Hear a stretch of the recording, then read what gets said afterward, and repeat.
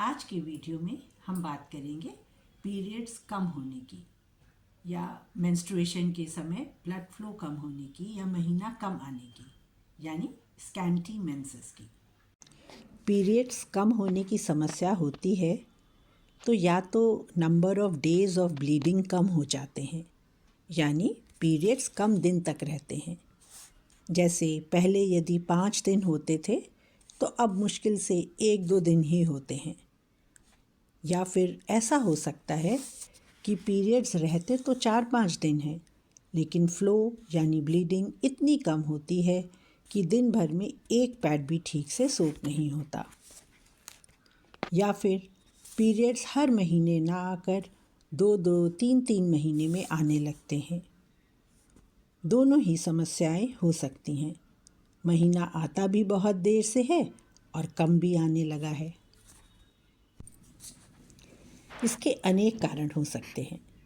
कुछ कारण ऐसे होते हैं जो हम थोड़ा सा प्रयास करके खुद ही ठीक कर सकते हैं, यानी लाइफस्टाइल में थोड़े चेंजेस करके, थोड़े घरेलू उपाय करके इस समस्या को दूर कर सकते हैं। सबसे पहले आता है स्ट्रेस। स्ट्रेस यानी तनाव। स्ट्रेस के समय हमारी बॉडी में हॉर्मोन्स का लेवल थोड़ा ऊपर नीचे हो जाता है। कुछ हॉर्मोन्स अपने नॉर्मल स्तर यानी अपने नॉर्मल लेवल से बढ़ जाते हैं या कुछ कम हो जाते हैं। इसका असर हमारी मेंस्ट्रुअल साइकिल पर, हमारे पीरियड्स यानी माहवारी पर भी पड़ता है। आपने देखा होगा जब एग्ज़ाम्स का समय होता है या लाइफ में कोई मेजर चेंज या बदलाव आता है, जैसे लड़कियां घर छोड़कर हॉस्टल शिफ्ट होती हैं या उनकी शादी होती है, तो उस समय कुछ लड़कियों की साइकिल्स थोड़ी गड़बड़ा जाती हैं, ऊपर नीचे हो जाती हैं या कम ज़्यादा हो जाती हैं।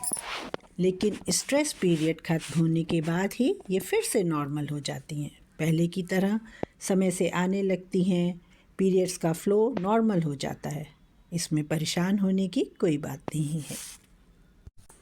दूसरा कारण है वज़न। वज़न का बहुत कम हो जाना या बढ़ जाना, यानी मोटापा या ओबेसिटी, या बहुत अधिक एक्सरसाइज करना यानी विगरस एक्सरसाइज करना भी एक कारण हो सकता है स्कैंटी पीरियड्स का, यानी महीना कम आने का, फ़्लो कम हो जाने का। अब वज़न घटाने के लिए, अपनी फिगर बनाने के लिए हमने खूब एक्सरसाइज कर ली, लेकिन कम समय में वज़न बहुत घटने या बढ़ने से हमारी बॉडी इससे कोप नहीं कर पाती, एडजस्ट नहीं कर पाती। इसे हम कहते हैं मेटाबॉलिक स्ट्रेस।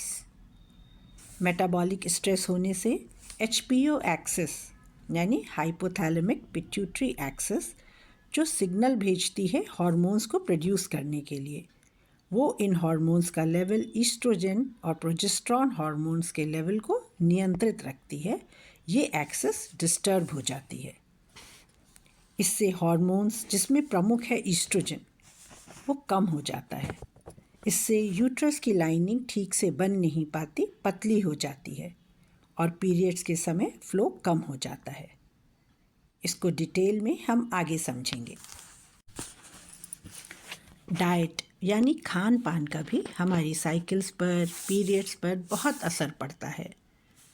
नॉर्मल पीरियड्स के लिए, प्रॉपर फ़्लो के लिए, यानी महीने के समय ब्लीडिंग ठीक से हो, इसके लिए बहुत ज़रूरी है हमारी थाली भी अच्छी हो, जिसमें फल, सब्ज़ी, सलाद, प्रोटीन्स, दही, दूध उचित मात्रा में हो।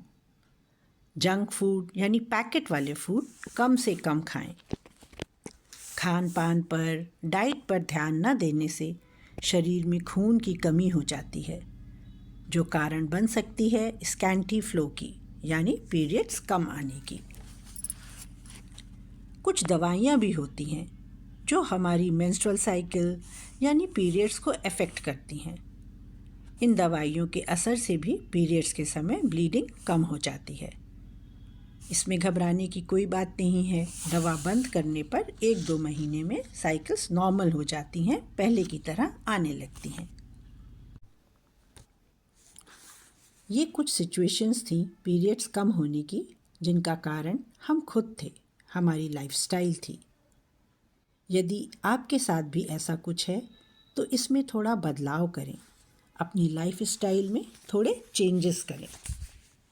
शांति से बैठकर सोचें, आपकी लाइफ में, दिनचर्या में अचानक कोई परिवर्तन तो नहीं आया, चेंज तो नहीं आया। जैसे इधर आपने घर का खाना छोड़ बहुत जंक फूड लेना शुरू कर दिया हो, या कोई मेडिसिन ले रही हो, एक्सरसाइज या तो बहुत ज़्यादा शुरू कर दी हो, या एकदम सीडेंट्री लाइफस्टाइल अपना ली हो। इन सब का समाधान आपके अपने हाथ में है, लेकिन दिन में आधा घंटा एक्सरसाइज अवश्य करें। इससे बॉडी में कुछ हार्मोन्स प्रोड्यूस होते हैं जो हमारे मूड को एलिवेट करते हैं, स्ट्रेस को दूर भगाते हैं। साथ साथ एक्सरसाइज करने पर बायोलॉजिकल क्लॉक वो भी अपने रिदम में आ जाती है, हार्मोन सही से प्रोड्यूस होने लगते हैं। साथ ही थक जाने पर नींद अच्छी आती है और बॉडी को हील होने का, नॉर्मलाइज होने का समय मिलता है। यकीन मानिए, कुछ ही दिनों में आप अपने में एक पॉजिटिव, एक सकारात्मक बदलाव देखेंगे और हो सकता है आपके पीरियड्स का, मेंसेस का फ्लो पहले की तरह हो जाए, नॉर्मल हो जाए। लेकिन कुछ कारण ऐसे होते हैं जो हमारी बॉडी के अंदर होते हैं। बॉडी में कुछ ऐसे चेंजेस होते हैं जिनका इलाज कराना, परामर्श लेना ज़रूरी हो जाता है। ऐसे में पीरियड्स कम होने की शिकायत लेकर दो तरह के पेशेंट्स आते हैं। एक तो वो जिनकी फैमिली कंप्लीट हो चुकी होती है, जो 2-3 बार प्रेग्नेंट हो चुकी होती हैं, उम्र 30-35 साल के लगभग होती है। जब पीरियड्स का फ्लो कम हो जाता है तो उन्हें लगता है मुझे कोई बीमारी या इन्फेक्शन तो नहीं हो गया, या कहीं मेरे पीरियड समय से पहले ही ना बंद हो जाएं, मुझे समय से पहले मीनोपॉज ना हो जाए। दूसरे वो पेशेंट्स होते हैं जिनकी उम्र कम होती है, अभी जिनकी शादी भी नहीं हुई होती या जिनको बच्चे नहीं हुए होते। उन्हें डर रहता है कि पीरियड्स कम आने के कारण कहीं उनकी फर्टिलिटी पे तो असर नहीं पड़ेगा, आगे प्रेग्नेंट होने पर कोई परेशानी तो नहीं होगी, या अंदर ब्लड कलेक्ट हो जाने से, जमा हो जाने से कोई समस्या तो नहीं आ जाएगी। तो स्कैंटी पीरियड्स की, यानी महीना या पीरियड कम आने की, कम ब्लड फ्लो होने की शिकायत किसी भी उम्र में हो सकती है। इनके कारण जानने से पहले बहुत शॉर्ट में मैं आपको बताती हूँ कि नॉर्मल पीरियड्स आते कैसे हैं, मेंसेस के समय ब्लड फ्लो क्यों होता है, कैसे होता है। बच्चेदानी में यानी यूट्रस में एक परत होती है जिसे कहते हैं एंडोमेट्रियल लाइनिंग। मेंसेस के समय या पीरियड्स के समय नीचे की थोड़ी सी परत छोड़कर बच्चेदानी की यह परत झड़ जाती है, जो ब्लीडिंग के रूप में बाहर आती है। फिर पीरियड्स ख़त्म होने के बाद यह लाइनिंग या परत दोबारा बनने लगती है। धीरे धीरे नीचे की परत पर ऊपर और परत बनने लगती है। दूसरी तरफ ओवरीज या अंडाशय में अंडे का विकास होने लगता है, यानी एक अंडा विकसित होने लगता है, जिससे यूट्रस को भी सिग्नल मिलता है। HPO एक्सिस यानी हाइपोथैलेमिक पिट्यूटरी एक्सिस, जिसकी हमने पहले बात की थी, वह भी सक्रिय हो जाती है और यूट्रस या बच्चेदानी की यह परत धीरे धीरे बढ़ने लगती है। इसमें होते हैं ब्लड वेसल्स और टिश्यूज़।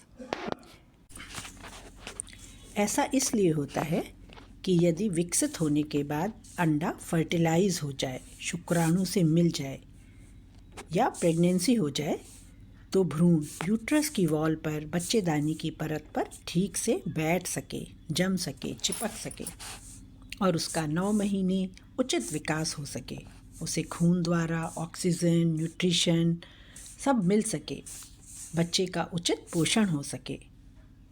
लेकिन जब प्रेगनेंसी नहीं होती, फर्टिलाइजेशन नहीं होता, तो हार्मोन्स के लेवल में सामान्य रूप से यानी नॉर्मली कुछ बदलाव होते हैं और यूट्रस की लाइनिंग या परत झड़ने लगती है।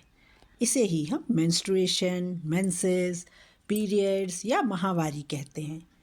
एक साइकिल में ऐसा होने में 28 से 30 दिन लग जाते हैं। अक्सर लोग समझते हैं पीरियड के समय जाने वाला खून यानी मेंस्ट्रुअल ब्लड तो गंदा पानी होता है जो शरीर के बाहर निकलता है। ऐसे ही एक पेशेंट मेरे पास आई जिसे मेंसेस में प्रॉब्लम थी। जब उसे बताया कि अनीमिया या खून की कमी का भी रिलेशन इससे हो सकता है या ये भी एक कारण हो सकता है मेंसेस में खराबी होने का, तो उसने कहा, लेकिन मैडम, मेंसेस में तो शरीर का गंदा पानी बाहर निकलता है, शरीर में खून का उससे क्या वास्ता, ये दोनों तो अलग हैं। लेकिन अब आप समझ गए कि मेंस्ट्रुअल ब्लड में या माहवारी के समय जाने वाला खून क्या होता है, कैसे होता है, क्यों हर महीने वह एक साइकिल के रूप में, चक्र के रूप में चलता है। चलिए वापस आते हैं अब स्कैंटी पीरियड्स पे। तो देखिए, यदि अंडे ठीक से नहीं बन रहे हैं या उनकी क्वालिटी ठीक नहीं है, जिससे या अन्य किसी कारण से हार्मोन्स डिस्टर्ब हो गए हैं या फिर यूट्रस की लाइनिंग में यानी बच्चेदानी की परत में कोई खराबी आ गई है, तो नॉर्मल फ्लो होगा कैसे? परत ठीक से बनेगी ही नहीं तो पीरियड्स के समय, मेंसेस के समय ब्लीडिंग कम हो जाएगी या पीरियड्स अपने समय से नहीं आएगा। बच्चेदानी की परत यानी एंडोमेट्रियल लाइनिंग की परत में खराबी होने के हार्मोन फ्लक्चुएशन के अलावा और भी बहुत से कारण हो सकते हैं, जैसे कोई इन्फेक्शन हो या बार बार उस परत को छेड़ा गया हो, उसकी सर्जरी हुई हो या सफाई हुई हो यानी डीएनसी। क्योंकि नॉर्मली या प्राकृतिक रूप से जब मेंसेस के समय लाइनिंग या परत झड़ती है तो नीचे की थोड़ी सी परत बची रह जाती है जिसे कहते हैं बेसल लेयर। सर्जरी या बार बार डीएनसी होने से इस बेसल लेयर को भी नुकसान पहुंच सकता है, जिससे वह बाद में सही रूप से विकसित नहीं हो पाती, या कभी कभी यूट्रस में बहुत से एडिशंस या स्कार बन जाते हैं और बच्चेदानी की दीवार आपस में चिपक जाती है। इसे कहते हैं एशरमैन सिंड्रोम। ऐसा होने पर भी पीरियड्स का फ्लो या महीना कम आने लगता है। इसके अलावा प्रेगनेंसी के समय भी किसी किसी को थोड़ी थोड़ी ब्लीडिंग हो सकती है, ख़ास तौर में यदि एम्ब्रियो यूट्रस या बच्चेदानी में ना होकर कहीं और बैठा हो, कहीं और चिपका हो, जिसे कहते हैं एक्टोपिक प्रेगनेंसी। या लैक्टेशन के समय जब माँ बच्चे को दूध पिला रही होती है, उस समय जब महीना वापस आना शुरू होता है, पीरियड्स शुरू होते हैं, तो कुछ महीने ब्लीडिंग या फ्लो कम हो सकता है। इसका प्रमुख कारण है प्रोलैक्टिन नामक हार्मोन का बढ़ जाना। ये बिल्कुल नॉर्मल है।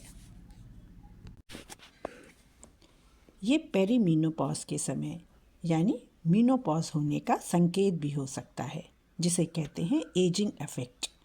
लेकिन यदि आपको लगता है कि आपकी उम्र अभी मीनोपॉज के लिए, महीना बंद होने के लिए कम है, फैमिली कंप्लीट नहीं हुई है, आप बच्चा चाहती हैं, तो ज़रूर अपनी गायनेकोलॉजिस्ट को दिखाएं और सलाह लें। स्कैंटी पीरियड्स या महीना कम होना जेनेटिक या आनुवांशिक भी हो सकता है, यानी आपकी माँ को, नानी को भी ऐसे ही कम फ्लो होता था।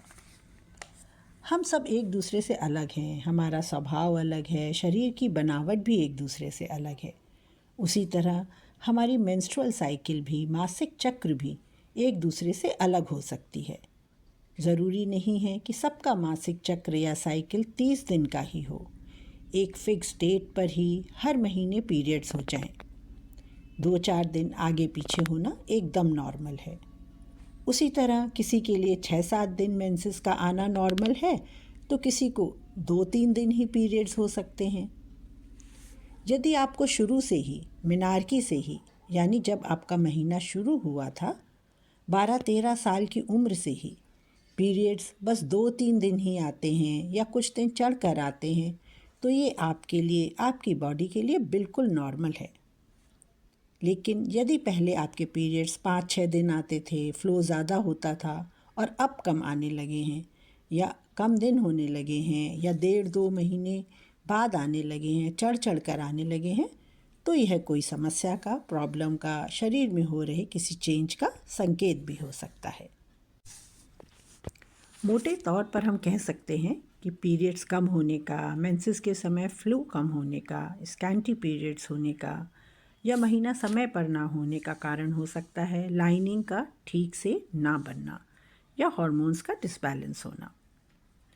जब यूट्रस या बच्चेदानी की परत ही नहीं बनेगी तो वो झड़ेगी कहाँ से, प्रॉपर फ्लो कैसे होगा?